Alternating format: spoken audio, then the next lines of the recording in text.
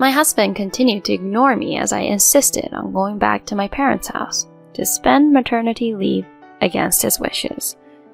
On the morning of the day I was returning to my parents' house, my husband had gathered my belongings and burned them in the backyard. "Hey, what are you doing?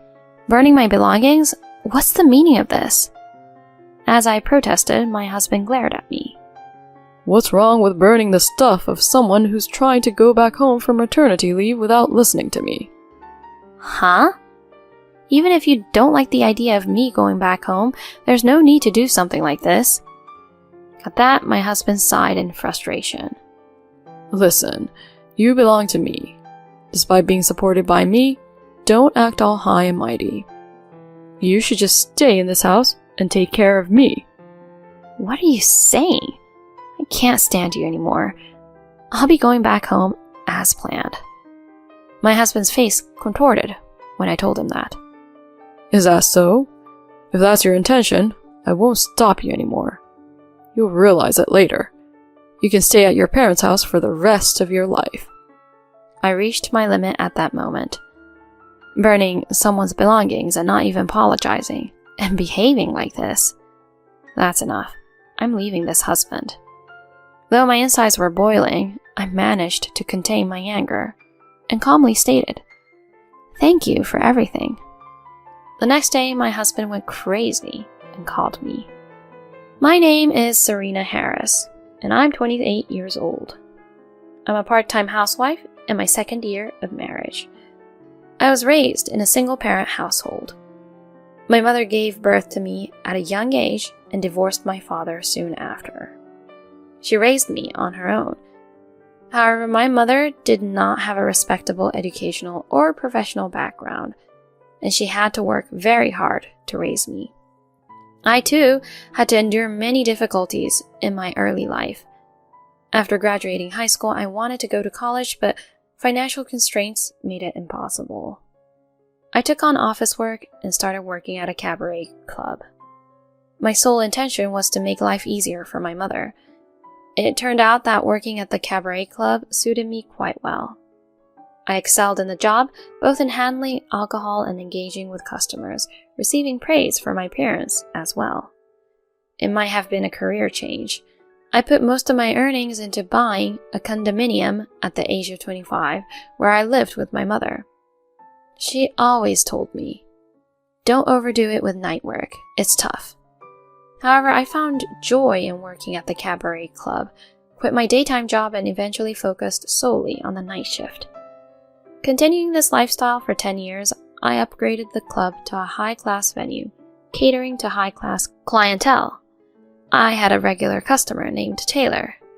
He was a businessman for a wholesale company, well-mannered and enjoyable to be around, providing comfort to me. One day, Taylor came to the restaurant with several young people from his company. "Serena, entertain these guys for me. It's not often they come to a place like this." Taylor laughed heartily. I greeted his subordinates. "Nice to meet you. I'm Serena. Pleased to make your acquaintance." "Wow, I've never seen such a beautiful person before. Nice to meet you." That's how I handed my business card to Kevin, who would later become my husband. Kevin was younger than me and worked as a sales manager in Taylor's company. He was tall, had a kind face, and was well put together. Later on, we discovered that we shared a common interest in movies and had similar tastes. On that day, Kevin behaved like any other customer, but he contacted me later through his work phone. "I can't forget about you, Serena. If you don't mind, would you like to go to the movies with me?" I also have feelings for Kevin, so we ended up going to the movies together. From that point on, we went on daytime dates, deepening our relationship. After Kevin's confession, we officially started dating, and 1.5 years later, he proposed to me on my birthday. "Serena, I love you. Please marry me." Thank you, Kevin. I'm so happy. I joyfully accepted it.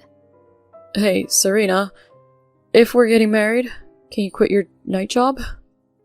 Well, I think that's unavoidable. Although there was no touching at the high-class club, it was still a job involving male clients. If Kevin wanted me to quit, it seemed reasonable. So I quit the nightlife industry as soon as I got married. My mother was very happy about my marriage to Kevin. Serena getting married. I'm truly delighted. Please take care of her, okay? I promise to make her happy, Mom. Seeing my mother shed tears of joy, I felt grateful for deciding to marry Kevin. Even at Kevin's parents' house, I was warmly welcomed.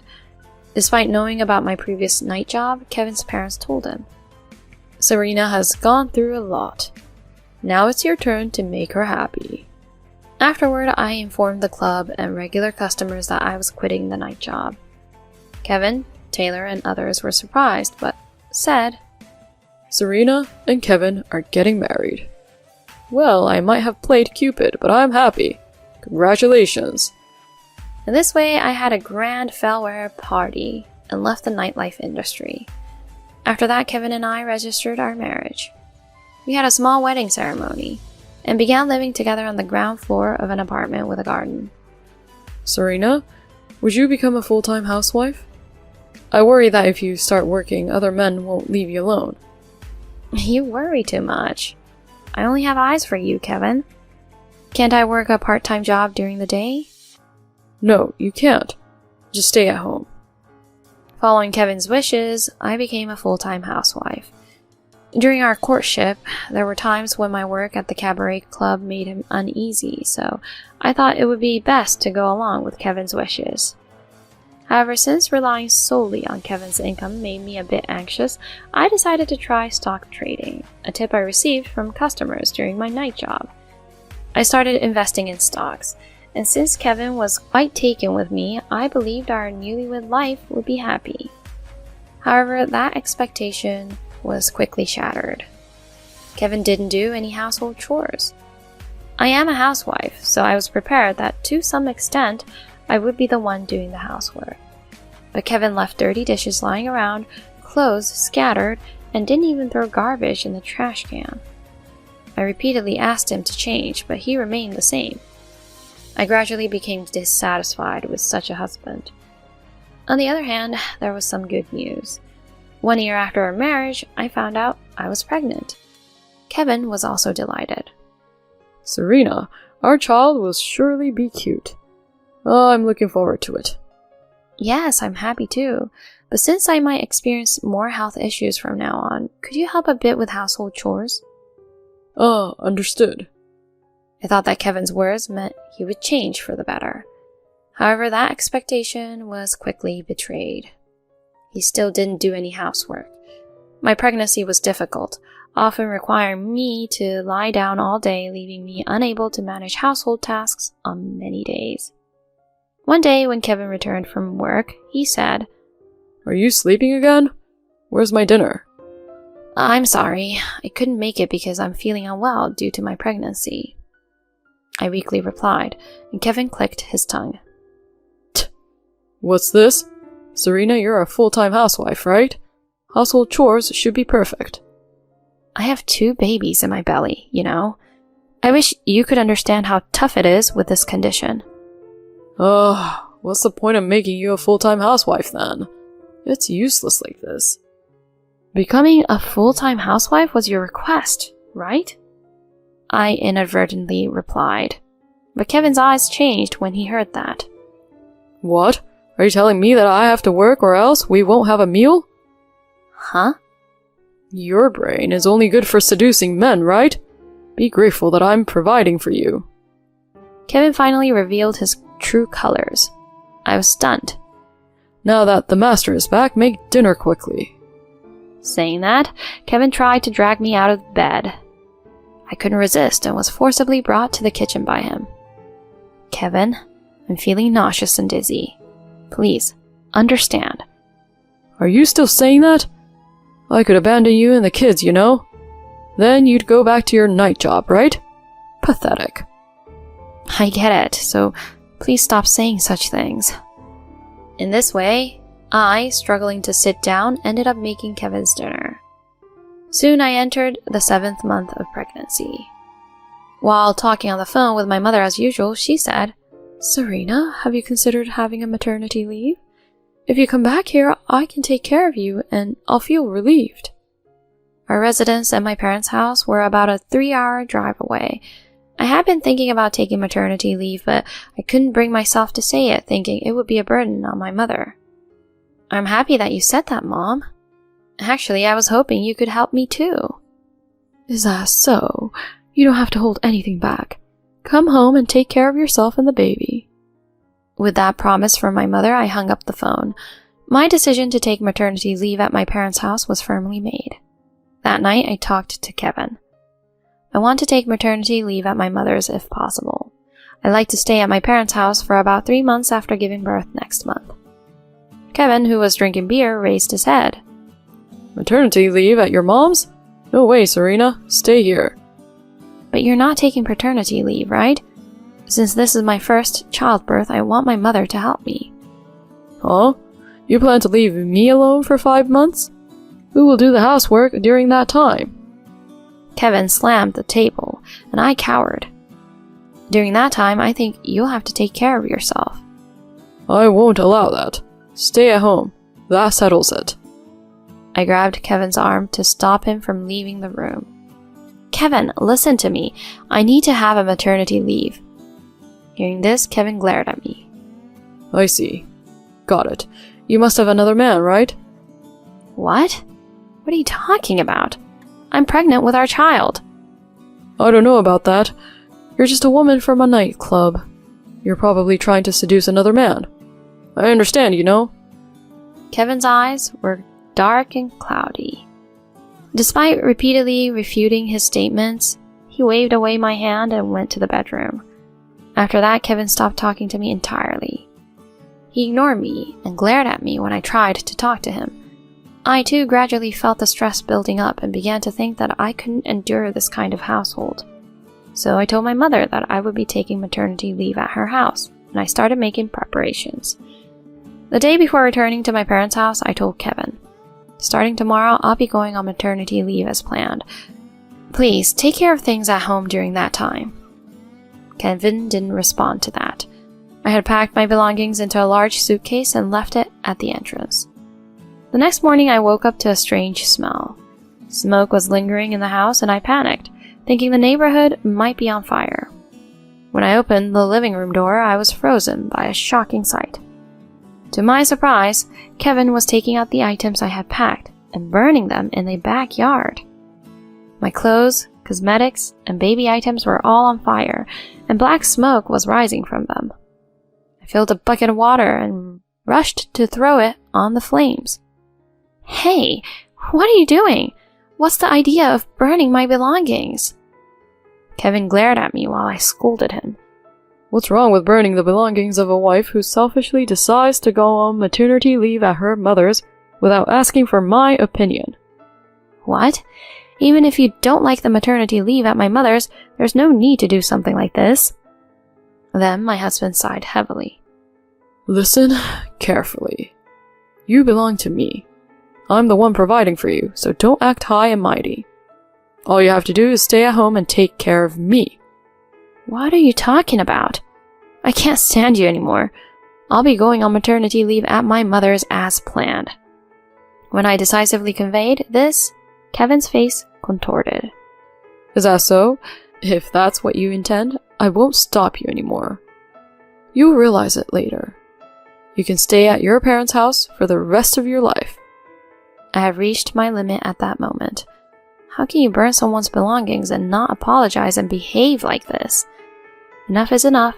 I'm dumping this husband.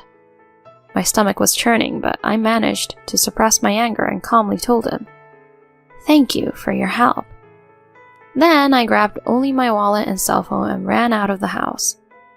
My mother was surprised when I took the train back to my parents' house.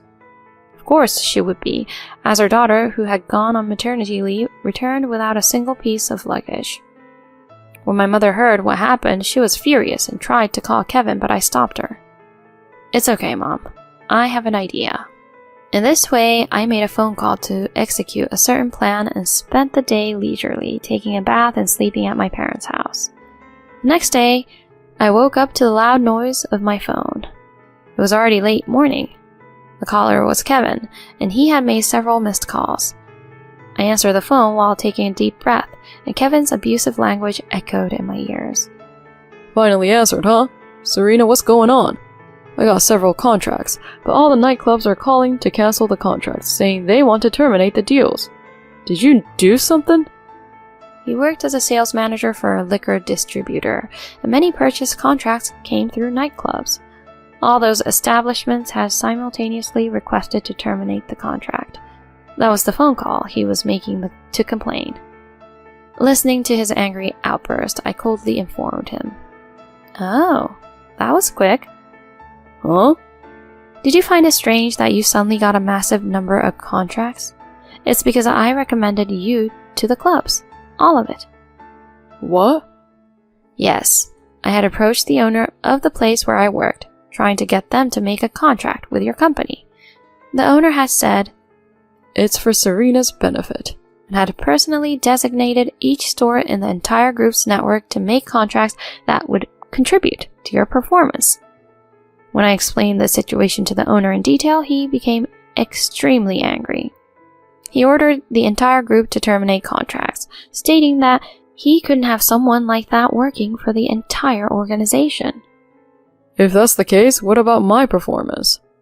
Of course, I also informed Taylor, the executive at your company, about this incident. He was quite furious. You recently got promoted thanks to me, but even that position is now in jeopardy. Kevin then started to lose control over the phone. As I listened in silence, Kevin gradually broke into tears and said to me, "Serena, please, forgive me. I love you. I just wanted to monopolize you. I promise to be a good husband and father from now on, so please try to renegotiate the contracts." Huh? That's impossible, though. Oh, why? Because if I can't earn, you'll be in trouble, right? Don't worry. I've been secretly investing in stocks, and I have enough profits. I plan to work from now on, so I don't need you in my life anymore. Even if it means going to court, I'll divorce you. No. Serena, please, forgive me. I hung up on the crying Kevin. After the divorce between Kevin and me was finalized, I claimed emotional distress compensation from him, and it was promptly paid. Kevin had all the contracts I had secured terminated and was demoted to the back office thanks to Taylor's influence.